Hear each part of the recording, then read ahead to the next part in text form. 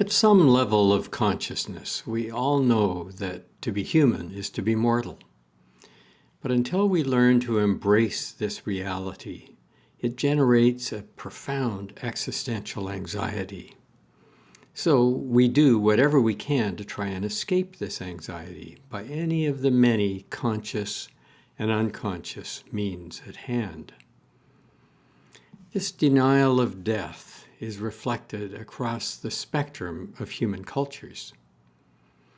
Social anthropologist Ernest Becker tells us that it is, in fact, one of the main functions of culture to help us to successfully avoid awareness of our mortality. Cultures of the West have mastered this function.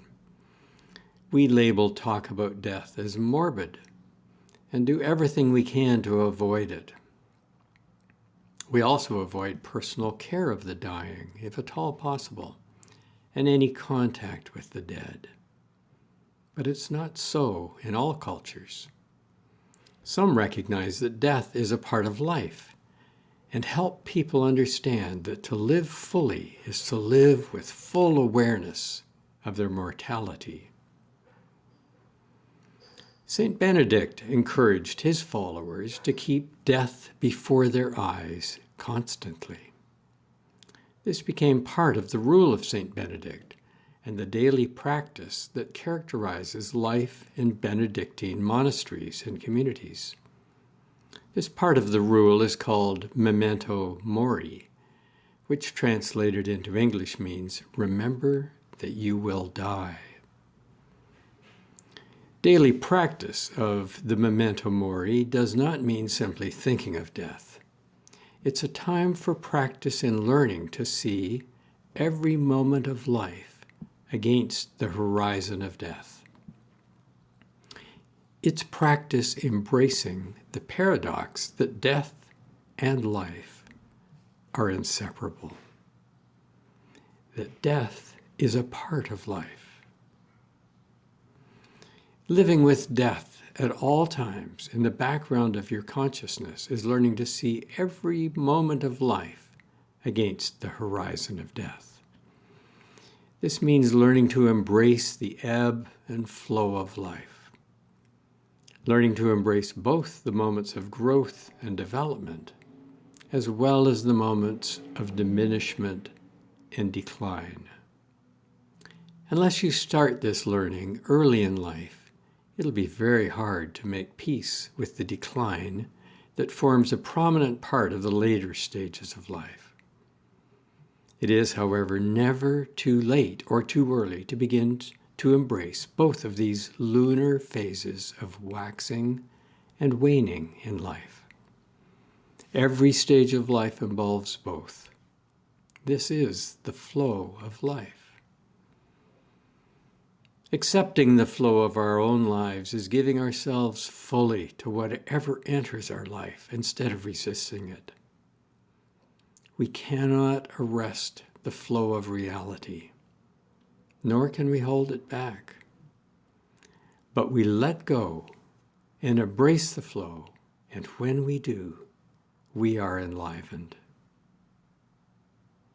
Life is all about flow. Thomas Keating notes that when we take water out of the river, it's just a bucket of water, not the river, which is always flowing. The same is true when we take air and put it in a balloon. It's no longer the wind. Everything that flows and is alive has to be both taken and given. When we receive it, we must hold it lightly. If it's grasped, we will resist releasing it. Holding lightly and then releasing is the way to live with non-attachment. It's the way to live life as preparation for death, every day offering us opportunities to prepare for death by holding lightly and then releasing the things that come to us. Every day offers us chances to notice and release our resistance to embracing the flow of life. Our plans, our desires, our preferences, our hopes, all keep us in a state of self-preoccupation. And it's these things we must learn to hold lightly and to release. Even our instinctive judgments about whether a particular experience or development in our life is good or bad gets in the road of welcoming the flow of our life. So each act of noticing and releasing these things is an act of more deeply embracing what we could call the isness of life, the isness of reality. Aging offers us rich invitations to awaken. But don't think of aging as something that starts in the later years of life, or even at midlife. Cognitive and motor skills peak in our mid-20s and begin to decline after this point. Athletes are more aware of this than most of us, but signs of decline can be noticed by anyone in their 20s or 30s if they're willing. And in our 40s, these signs are quite apparent to all but those in denial. Conscious aging is noticing and embracing the reality of mental and physical decline. It's a way of participating in the ebb and flow of our life, not merely attempting to block it by denial. However, because most people fear death and resist giving in to any signs of diminishment, we tend to view aging as the enemy of life. But aging is not reducible to decline. It invites us to come alive in new ways at each stage, at each moment of our life. Aging invites us to let go of the life we had or might have hoped for, so we can fully inhabit the life that is awaiting us with new possibilities. It invites us to live as full participants in our life, not as spectators who unconsciously drift along.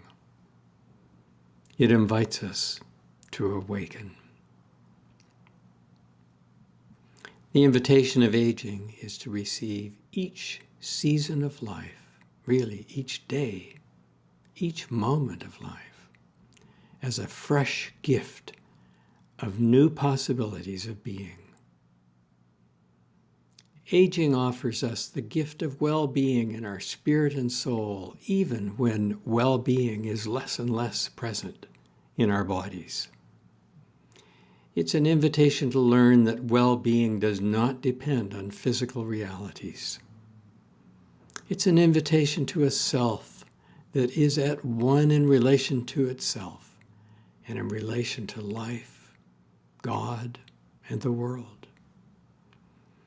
Receiving this gift is never the result of a single moment of awakening, but it is a gift that we can never receive until we learn to respond to aging with acceptance of life as it comes to us. I would describe this as learning that death is a part of life, that life and death go together. It's learning to embrace the flow of life.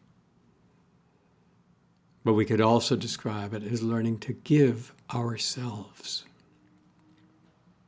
Giving is the inner posture of dying that prepares us for death. Every day we're faced with opportunities to give, not simply take. Daily we encounter opportunities to give love, not just receive it. Daily we face the choice of giving up possessions rather than acquiring more of them. Daily we face the choice of whether to forgive or take offense. Daily we encounter opportunities to practice dying here and now. And that practice prepares us to die when we're confronted with the imminence of physical death. Today I invite you to remember that you are dust and unto dust you will return. This is not bad news. It's reality. And all true living starts by embracing reality. Be well, and bye for now.